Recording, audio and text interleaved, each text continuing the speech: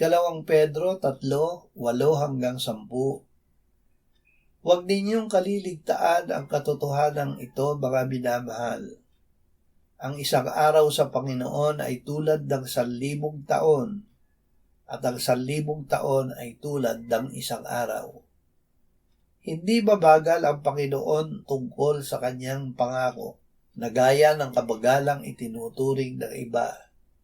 Kundi batiyaga sa inyo na hindi niya ibig na sino man ay mapahabak, kundi ang lahat ay dumating sa pagsisisi.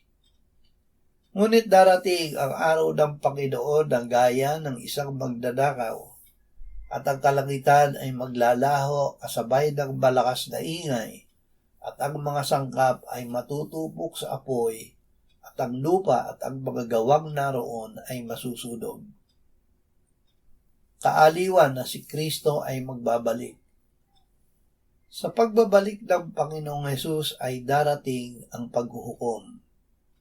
Matutupok ng apoy ang langit at ang lupa. Hindi tiyak ang araw nito. Hindi pa ito dumarating dahil patuloy pa rin nagtitiis ang Diyos sa mga makasalanan. Hindi niya ibig na ang sino man ay mapahamak, kundi ang lahat ay dumating sa pagsisisi. Ang mga hindi nagsisi ay hahatulan, at tutuparin ng Diyos ang kanyang pangako na magkakaroon ng bagong langit at ng bagong lupa, kung saan ang katuwiran ay naninirahan. Habang naghihintay, pagsikapan natin na matagpuan tayo sa kapayapaan na walang dugis at walang kapintasan sa paligid ng Diyos.